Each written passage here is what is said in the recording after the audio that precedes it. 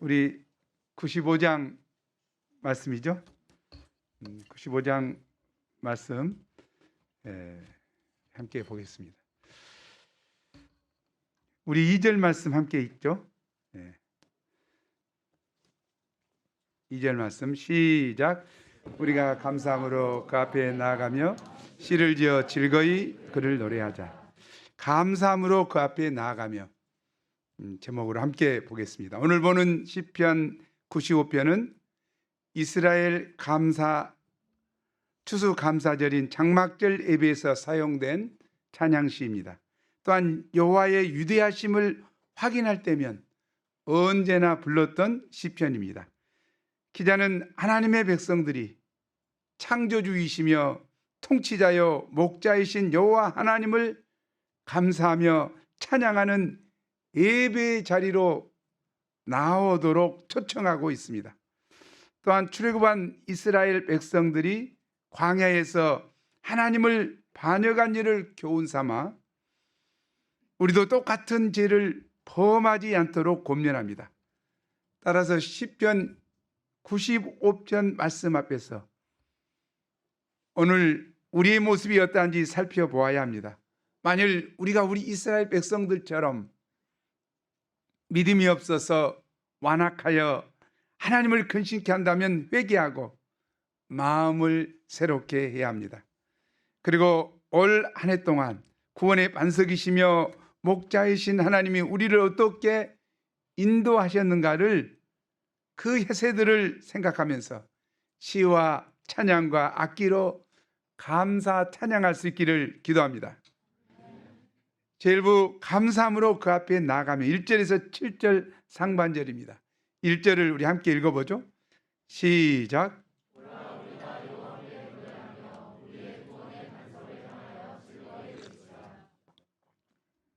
이 영어 나와 있죠. Come, let us sing for joy. 기쁨으로 노래 부르자. Let us shout aloud. 큰 소리로 외치자. 아멘. 우리는 오라고 초청합니다. 이 오라는 부르심은 공간적인 이동보다 마음이 열리도록 움직이도록 요청하는 초청입니다. 예배하는 모든 사람들을 축제의 기쁨에 동참하도록 요청합니다.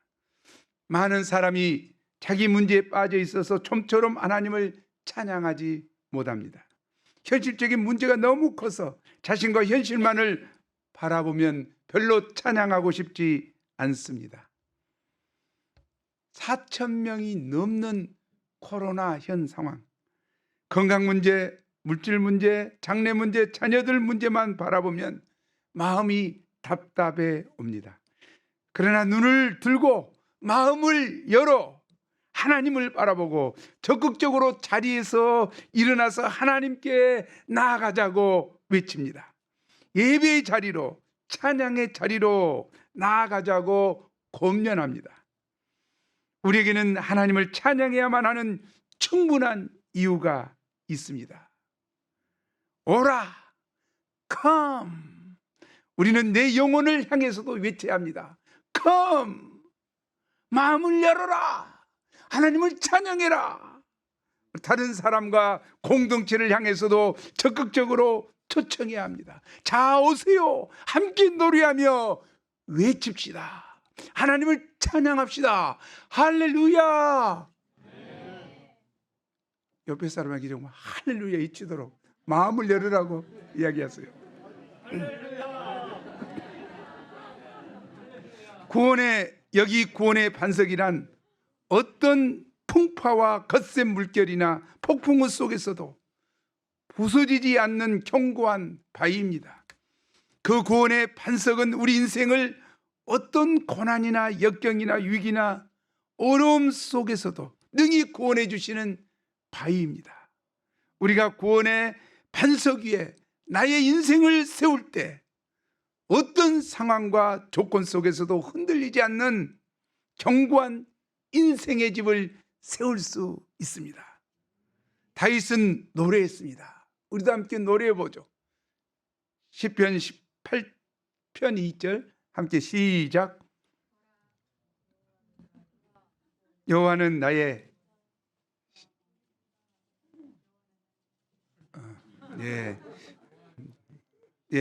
아니 그 빼먹는 거 같네요. 그래도 감사. 예? 여호와는 나의 반석이시요 나의 요새시요 나를 건지시는 이시요 나의 하나님이시요 내가 그 안에 피할 나의 바위시요 나의 방패시요 나의 구원의 뿌리시니 나의 산성이시로다. 그냥 다윗은 심령에서부터 구원의 반석이신 그분께 갖가지 표현을 합니다. 나의 요새시요 나의 건지시는 이요 나의 하나님이요 나의 피할 바위시요 나의 방패시요 나의 구원의 뿌리시요 나의 산성이시로다. 아멘.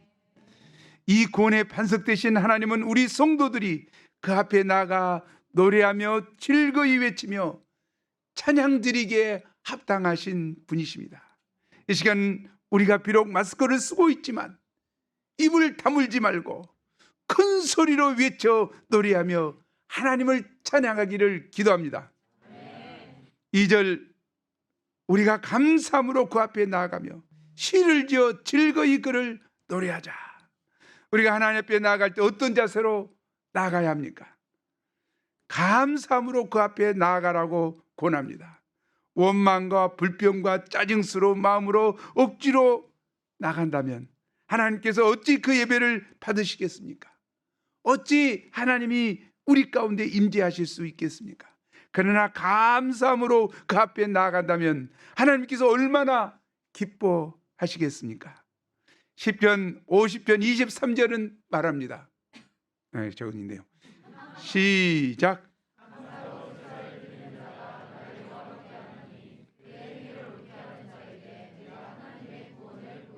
히브리서 13장 15절도 말합니다. 우리 함께 읽어보죠. 시작.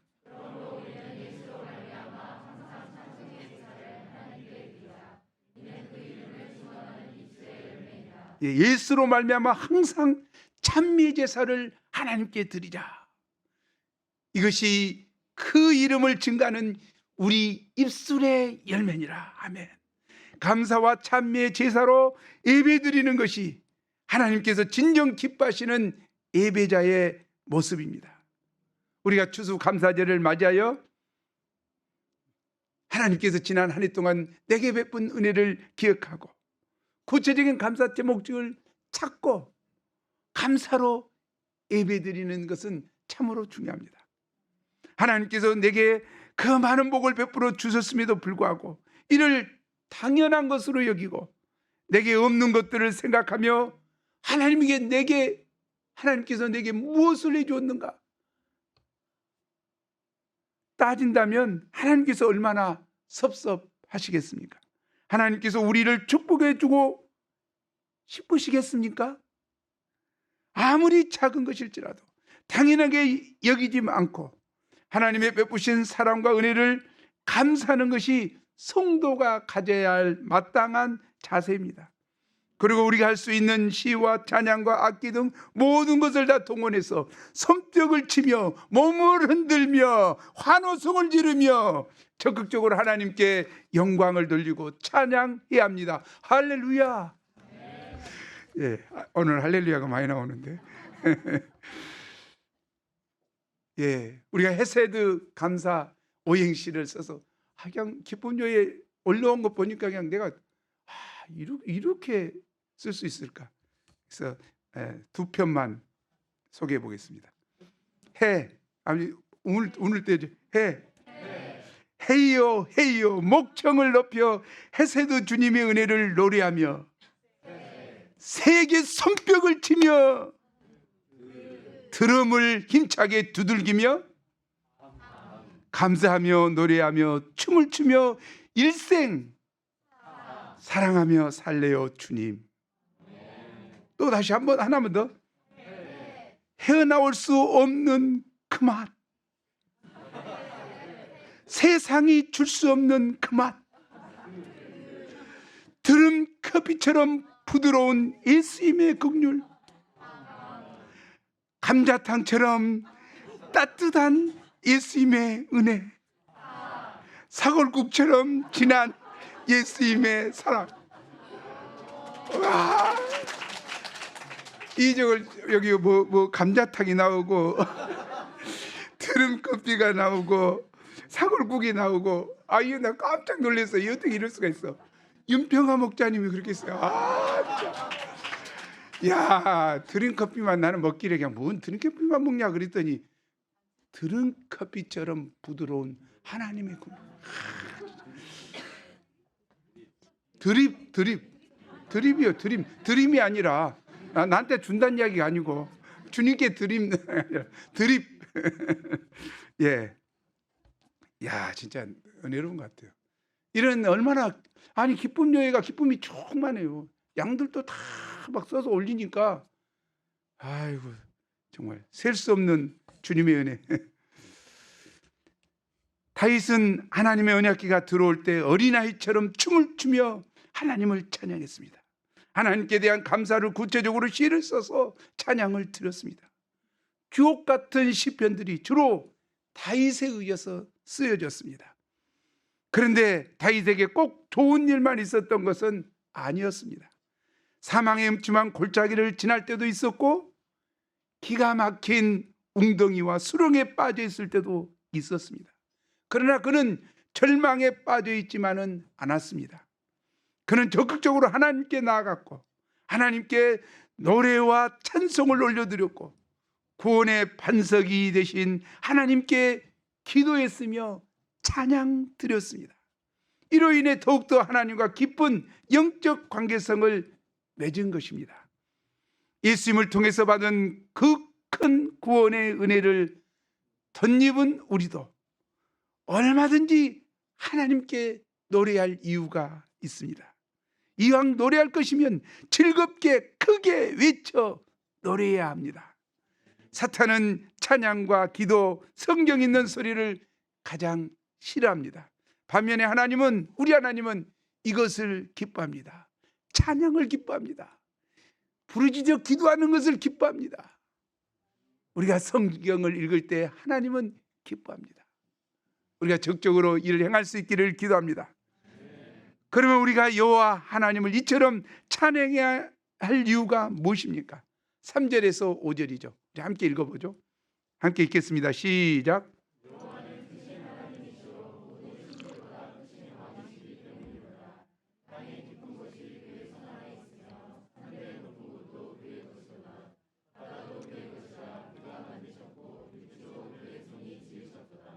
우리가 하나님을 찬양해야 될 이유는 바로 우리 하나님 여호와는 크고 전능하신 분이시요 모든 신들보다 크신 왕이시기 때문입니다.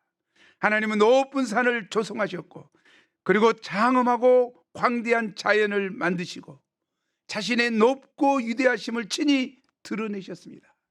참으로 하나님께서 창조하신 그 광대한 우주, 태양과 달 그리고 셀 수 없이 많은 별들과 그 운행되는 질서들, 드넓은 대지의 무수한 생물들, 깊은 바닷속의 다양한 생물들을 생각해 보십시오.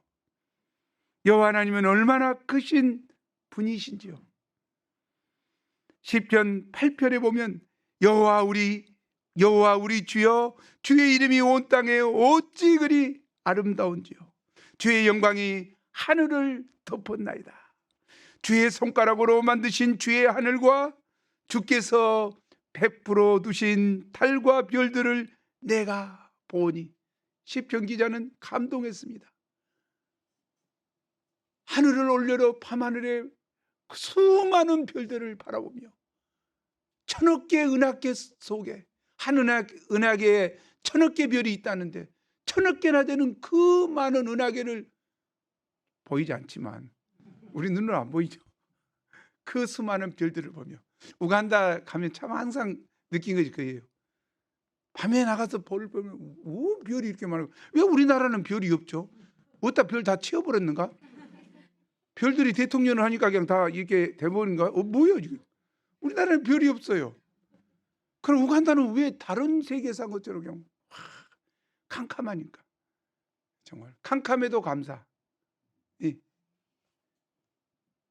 그 웅장한 우주의 세계를 바라보고 있노라면 정말 주인 없는 별들이 많아요. 그래서 저도 몇 개 지금 찜해놨죠. 우리는 이 주님의 높고 위대하심을 찬양해야 합니다. 우리 모두 이 크신 위대하신 왕 되신 하나님을 외쳐 찬양합시다. 할렐루야. 오곡백과가 오곡백과를 풍성히 추수하고 울긋불긋 아름답게 단풍이 든 이 가을에 이처럼 아름다운 자연 세계를 주신 하나님의 은혜가 얼마나 감사하고 고맙습니까? 건강한 나의 신체를 주신 하나님은 또 얼마나 감사합니까? 들의 모든 곡식, 맑은 물, 공기, 이게 당연한 것 아닙니다. 우리는 이 귀한 선물을 무상으로 받았습니다. 이것들을 날마다 풍성하게 누리며 삽니다. 우리는 뭔가 특별한 일이 있어야 하나님께 감사할 수 있다고 생각합니다. 그리고 뭔가 특별한 것만 생각합니다. 물질에 대한 대박이 터질거나 자녀들에게 특별히 좋은 일이 생겨야 감사할 수 있다고 생각합니다. 그러나 사실 우리가 평소에 누리고 있는 일상적인 것들이 다 감사 제목입니다. 작가 박한서 씨가 지은 일상의 기적이라는 시가 있죠. 그 시에 이런 내용이 나옵니다.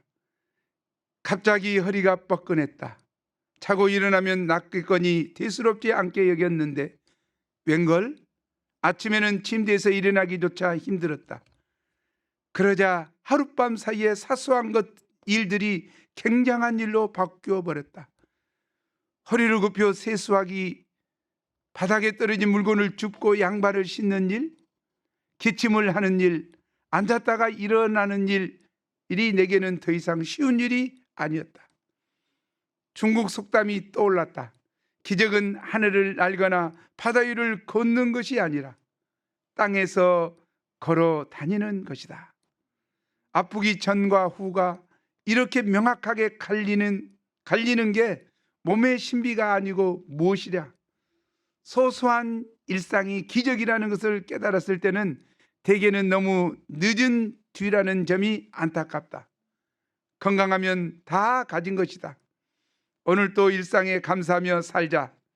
안구 하나 구입하려면 1억이라고 하니 눈 2개를 갈아 끼우려면 2억이 들고, 신장 바꾸는 데는 3천만 원, 심장 바꾸는 데는 5억 원, 간이식 가는 데는 7천만 원, 팔다리가 없어 우족을 끼워 넣으려면 더 많은 돈이 든답니다. 지금 두 눈 뜨고 두 다리로 건강하게 걸어 다니는 사람은 몸에 51억 원이 넘는 재산을 지니고 다니는 것과 같습니다. 와, 그래? 몰랐네. 내가 51억 원이나? 그런데 왜 우리는 늘 불행하다고 생각하는 걸까요? 그건 욕심 때문이겠죠.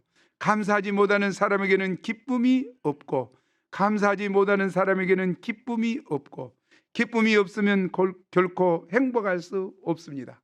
세입 클로버는 행복, 네입 클로버는 행운. 행복하면 되지 행운까지 바란다면 그 또한 욕심이겠지요. 지금부터 숨 쉴 때마다 감사의 기도를 드려야 하겠습니다. 모든 죄는 감사하지 않는 데서 시작됩니다. 우리는 지금 내가 누리고 있는 너무나 많은 것들에 대해서 별로 감사가 없습니다. 그것들을 잃어버리거나 손상된 후에야 그것이 얼마나 고맙고 귀한 것인 줄 비로소 알게 됩니다. 특별한 기적이 아니라도 평범한 일상이 기적입니다. 이 모든 것들을 하나님이 우리에게 주셨습니다. 아멘. 그렇다면 우리가 하나님 앞에 무릎을 꿇어야 마땅합니다. 허리를 굽히고 하나님께 경배하며 찬송을 드려야 마땅합니다. 우리 6절을 함께 읽죠. 시작.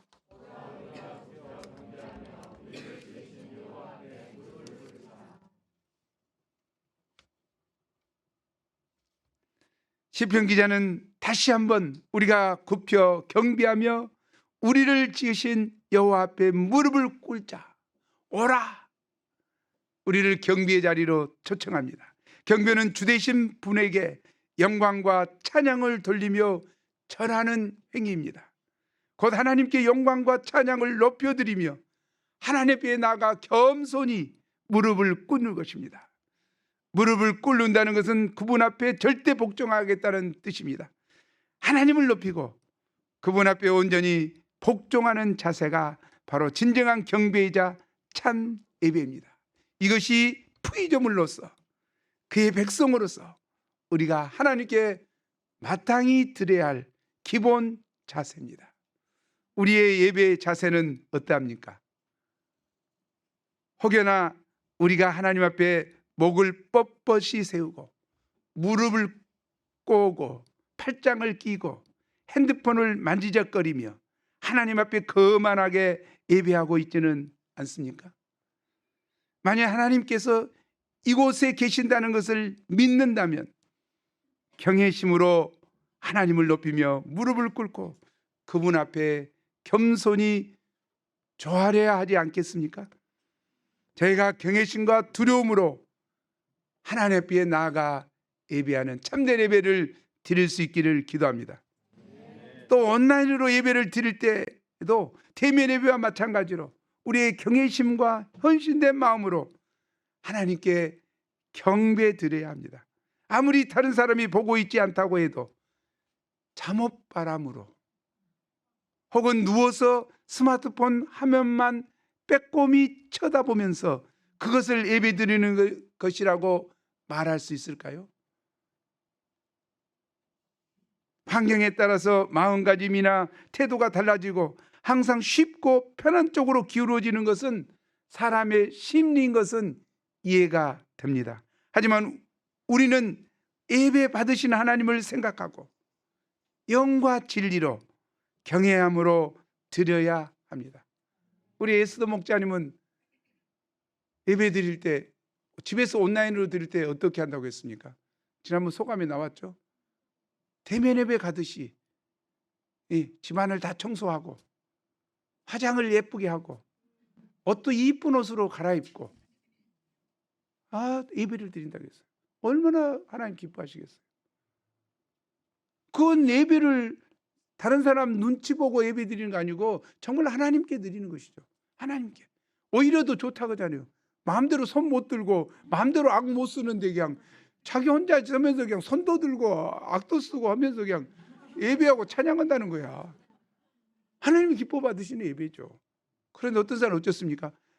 그냥 세수도 안 하고 그냥 눈곱도 안 떼고 그냥 스마트폰으로.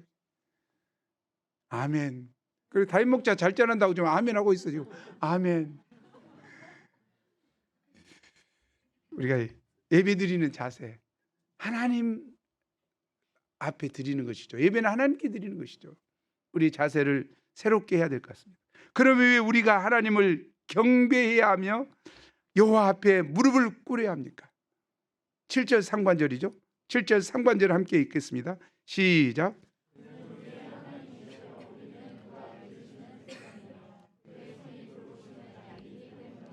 그는 우리의 하나님이시며 우리는 그가 기르시는 백성이요 돌보시는 양이기 때문입니다. 목자이신 하나님의 보호하심, 돌보심, 섬김, 사랑을 받는 양과 같은 백성이라는 것입니다. 하나님이 인도하시는 초장은 어떻습니까? 이리와 맹수로부터 안전한 곳이요 때마다 푸른 초장, 쉴만한 물가로 인도함을 받는 곳이요 모든 두려움과 불안에서 자유하게 하셔서 내 영혼을 살아나게 하는 것입니다.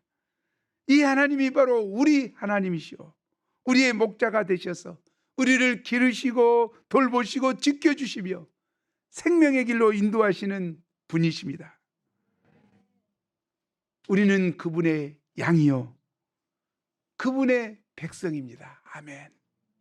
이 하나님이 우리의 목자요 우리의 하나님이시라는, 우리가 그의 백성이라는 사실은 우리 인생에게 참으로 놀라운 은혜요 특권이 아닐 수 없습니다. 만일 하나님이 우리의 목자가 아니요 우리가 하나님의 백성이 아니라면 우리의 인생은 얼마나 불쌍하고 불행하고 참으로 가여운 인생이겠습니까?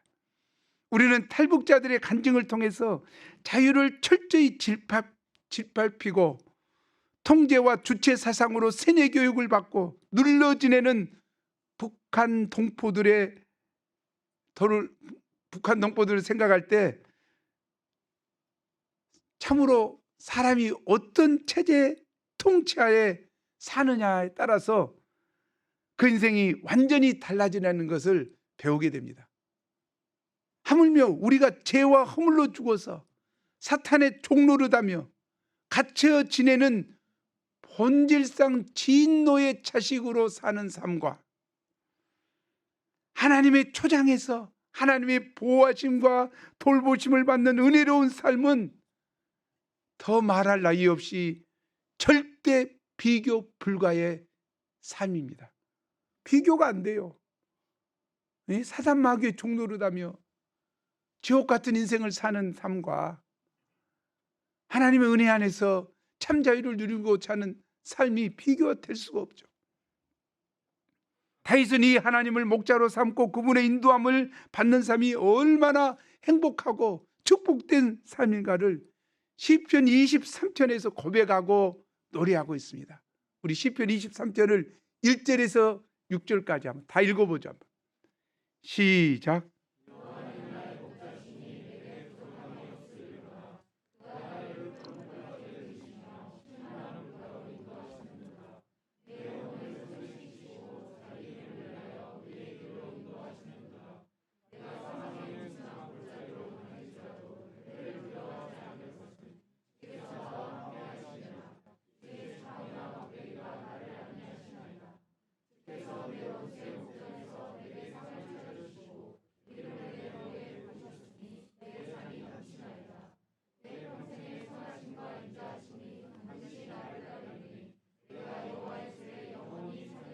아멘. 여호와는 나의 목자시니 내게 부족함이 없으리로다. 다윗의 정말 고백, 양치기 소년이었던 아무 쓸모없던 그를 하나님이 택하시고 부르셔서 사망의 음침한 골짜기를 다니는 사울이 그를 얼마나 죽이려고 했어요. 또 많은 블레셋과 싸우고 하는 전쟁터에서 얼마나 힘들고 어려웠습니까? 그러나 그런 가운데서 지키시고 보호하시고 인도하시고 축복하시고 이끄시는 그 하나님을 바라본 거죠. 그 원수의 목전에서 원수가 뻔히 보고 있는 데서 잔치상을 베푸시고 축복하시는 그 하나님을 바라보게 되었습니다. 그리고 그가 결단했죠. 내 평생에 선하심과 인자심이 반드시 나를 따를 것이다. 아멘. 그의 선하심, 그의 인자하심이 나를 따른다. 평생 동안 따를 것이다. 그리고 뭐 어떻게 결단합니까? 내가 여호와의 집에 영원히 살리로다. 아멘. 주님, 저도 고백합니다. 주의 선하심과 인자하심이 내 평생에 따르리니 저도 당신의 집에, 당신 앞에 영원히 살겠습니다. 당신을 섬기겠습니다. 파트 2. 너희 마음을 완악하게 하지 말지어다. 7절 하반절에서 11절이죠. 우리 7절 하반절에서 11절 다 읽어보자 한번. 시작.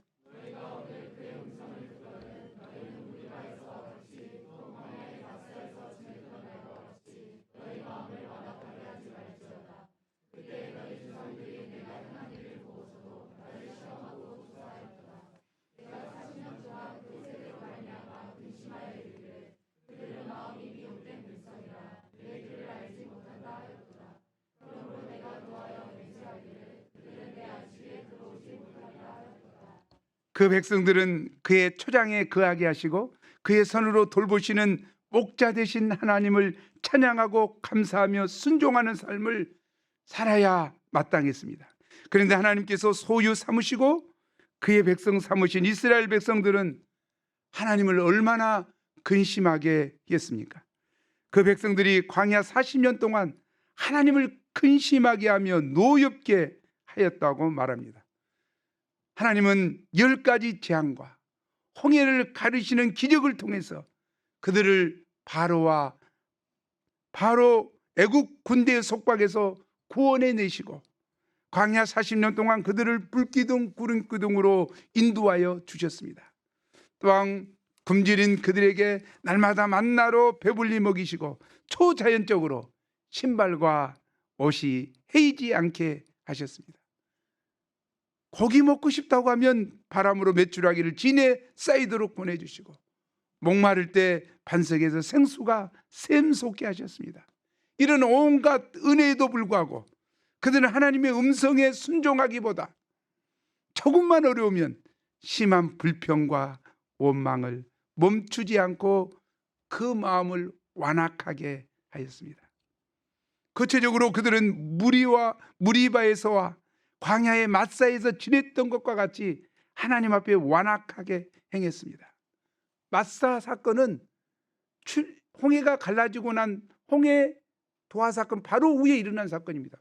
조금 가다가 목마르고 미렸으니까 모세를 에게 원망하고 불평하고 애굽으로 돌아가는 것이 낫겠다고 헛소리를 했죠.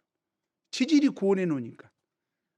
또 무리바 사건은 어쩌습니까?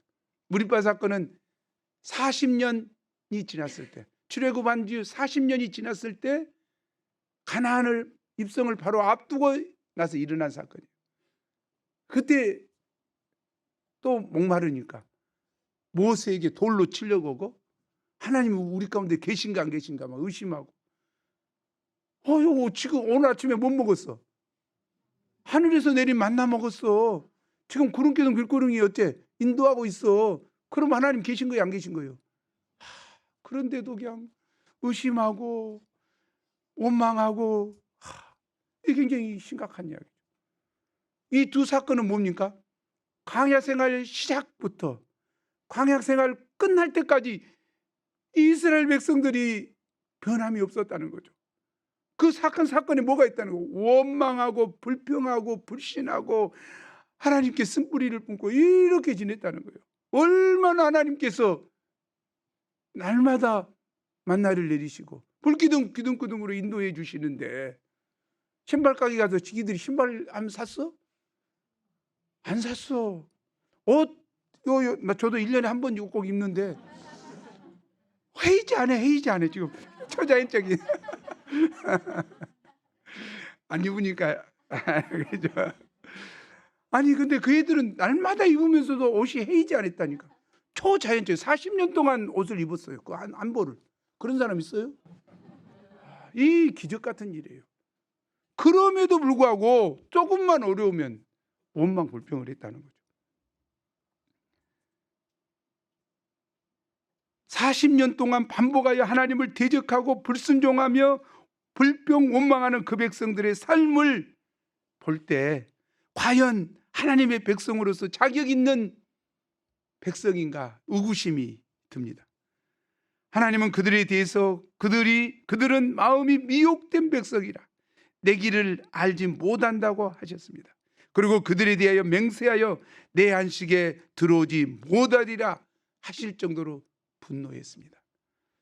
실제로 20세 이상 된 모든 백성은 여호수아와 갈렙을 제외하고 다 광야에서 죽었고 가나안 땅에 들어갈 수 없었습니다.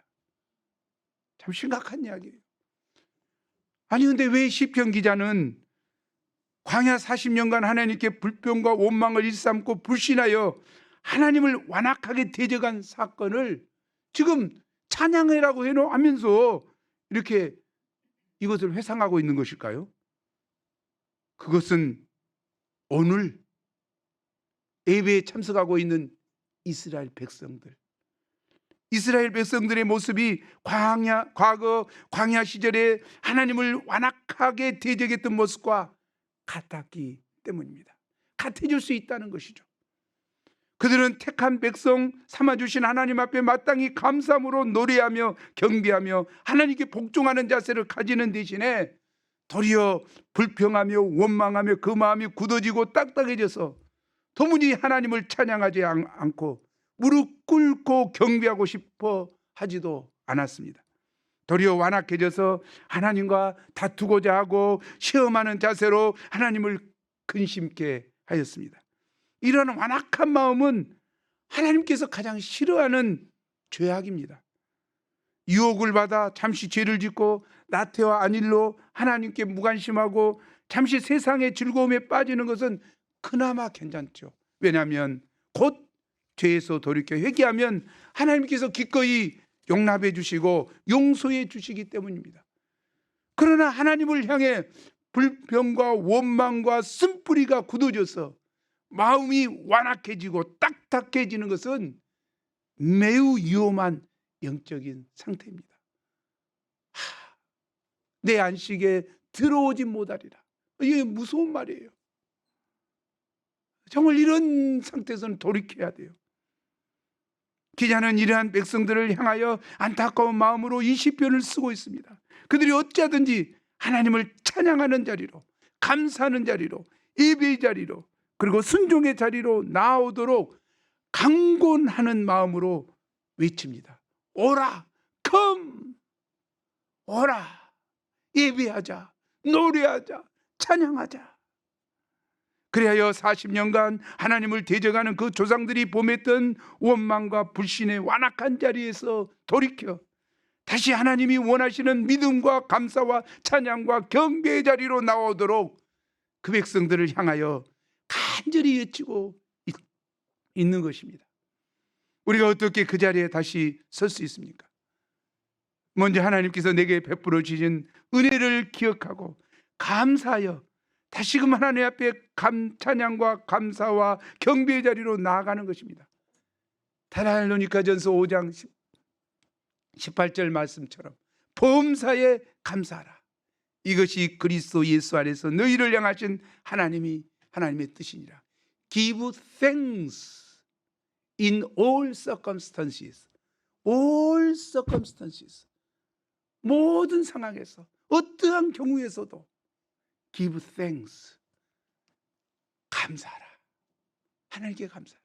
이것이 하나님의 뜻이라고 합니다.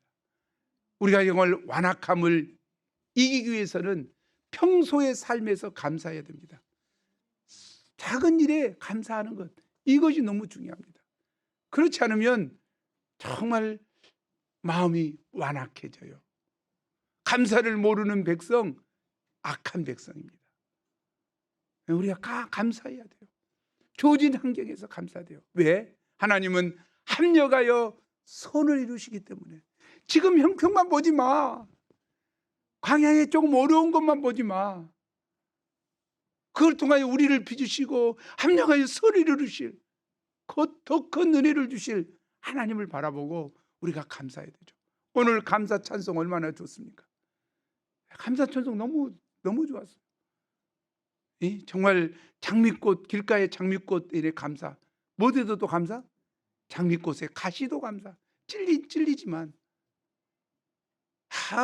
아름다운 일만 있는 게 아니에요. 인생은 정말 거기에 가시 같은 것이 있을 수 있어요. 그러나 그것에도 감사하고 향기에만 젖어 있어도 감사할 게 아니라 그 가시를 통해서 내가 조심해야 되는구나. 정말 이것을 안다는 것이 얼마나 감사해요. 이런 것이 우리에게 있어서 참으로 중요한 것인 것 같습니다. 지난 한 해를 우리가 생각할 때 곰곰이 생각하지 않으면 감사 제목이 안 나와요. 제가 감사 제목을 어제 그냥 말씀에서 쳤는데 12개 뽑아가지고 우리 종이장에 주니까 저기 언제 이걸 썼어? 그러더만 왜 이사 간 것은 안 썼어? 그래 내가 뻥 했어요. 아니 이사 가서 지금 살고 있는데 그거 안 했더라고. 그래서 야 이게 정말 우리가 곰곰이 1월 달부터 이렇게 생각하면서 이렇게 생각해봐야지 이게 감사. 내가 첫째 감사는 뭐예요? 27년 동안 삼성 아파트에서 살았던 것 감사. 얼마나 감사해요. 정말 공기 맞고 새소리 들리고 너무너무 감사해요. 지금도 감사해요. 저는 이사 가려고 생각도 안 했어요. 근데 50% 60% 물어야 되네. 안 살면 어쩌고 저쩌고 난리치고 법이 바꿔졌잖아요. 그래서 어쩔 수 없이 이사 갔어요. 그것도 내 집 아니요. 알고 있죠? 내 집 아니요. 우리 저 동역자 집이요. 주인이 바뀌어져 버렸어. 삼성 아파트는 분명히 내 집이었는데, 아니 여기 가면서 이 주인이 바뀌어져 버렸어. 왜? 장인어른이 그 15년 전에 조금 그 도로 땅, 쓸모없는 도로 땅 있잖아요. 버려야 될 사람도 안 사는, 팔리지도 않아. 그거 15년 전에 상속해 줬다고. 아니 증여해 줬어. 그것을 갖다 팔아도 안 팔리니까 가만 놔두고 있었던 것이 거의 대박이 됐다니까. 아 진짜. 그래서 우리는 나는 가고 싶은 사람 없어요. 하나님이 괜히 대박 줘. 진짜. 또 감사. 근데 그 감사가 제목 곰곰이 생각하지 않으면 안 나오더라니까요. 우리도 마찬가지라고 생각해요. 우리도 10가지 감사 제목 찾았습니다. 습관적으로 하기보다 정말 생각해 봐야 될 것 같아요. 어떤 면에서 감사한가? 장미꽃에 감사해 좋아요. 가시에 대해서도 감사할 수 있는 우리의 삶이 되면 좋을 것 같아요. 그래야 이제 진정한 감사가 되는 것이죠. 우리 정욱 목자 또 우리 주혜 목자가 3부 감사 제목 발표할 테니까 길게 있는데 다 빼고 기도하고 마치겠습니다. 하나님 아버지, 하나님께서 오늘 귀한 시편 95편 말씀 통해서 우리 하나님 여호와 하나님께, 구원의 반석이신 여호와 하나님께 어떤 자세로 나아가야 되는가 알게 하셔서 감사합니다.